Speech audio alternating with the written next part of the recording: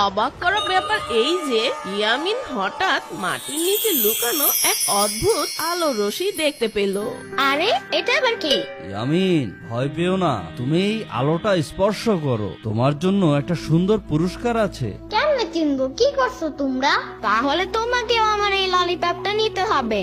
কিন্তু আমি ললিপপ দিয়ে কি করব? আমার তা না নিলে তোমাদেরটাও নেব না। আচ্ছা ইয়ামিন, দাও। এরপর ইয়ামিন ওই আলোটা স্পর্শ করে, আর ইয়ামিন স্পর্শ করতেই তার শরীরে সেই আলোটা ঢুকে যায়। মুহূর্তেই তার চোখে ঝলকানি হয়, শরীরে প্রচন্ড শক্তি অনুভব করলো সে। হে আল্লাহ, এটা কি হলো আমার সাথে? আরে মর জ্বালা, পোলাপাইন কিডন্যাপ করতে দেখি আর বাড়ি বাড়ি যাওন লাগবো না। আরে এখানে দেখি একখান নাদুস নদুস বাচ্চা খারাইয়া রইছে। ওই পোলা, যাবানি আমার লগে? তোমারে মজা খাও মনে, চলো। বাট আমাদের বাসায় তো রিক্সা দিয়েই যাওয়া যায়, গাড়ি লাগে নাকি? আরে সাম্বা টাম্বাদের বাসায় নিমু, এটা কে কইলো তোমারে? তোমারে লয়ে যাবো আমাকে আড্ডা খানায়, তোমারে কিডন্যাপ করবো, বুঝছো? তখনই এসে ছেলেটা ইয়ামিনকে ধরে ফেলে। আমার চুল উঠে যাবে না? দূর, আমি যাবই না। এরপর ইয়ামিন ওই ছেলে ধরাটাকে একটা ঘুষি মারে।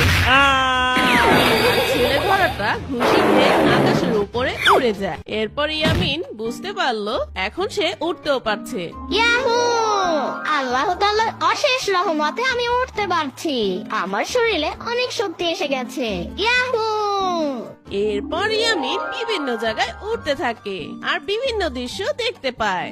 এত বড় গাছ, এত পানি, এত ঘাস, এত হাঁস, এত মুরগি, এত বাতাস। সুন্দরী, তোমার কাছে যা আছে সবকিছু দিয়ে দাও, না হলে তোমাকে এমন জায়গায় পাঠাবো যেখানে আছে শুধু কাঞ্চি আর কাঞ্চি।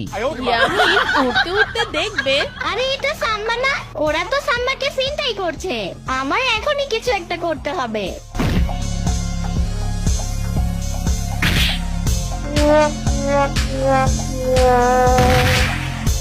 আরে ইয়ামিন, তুমি উঠতে পারো কিভাবে? আর তোমার গায়ে এত শক্তি আসলো কিভাবে?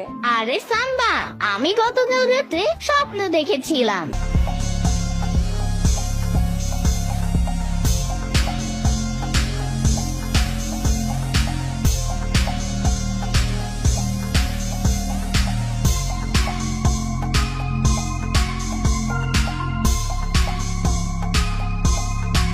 আরে ইয়ামিন, আল্লাহ তাআলা তোমার দোয়া কবুল করছে।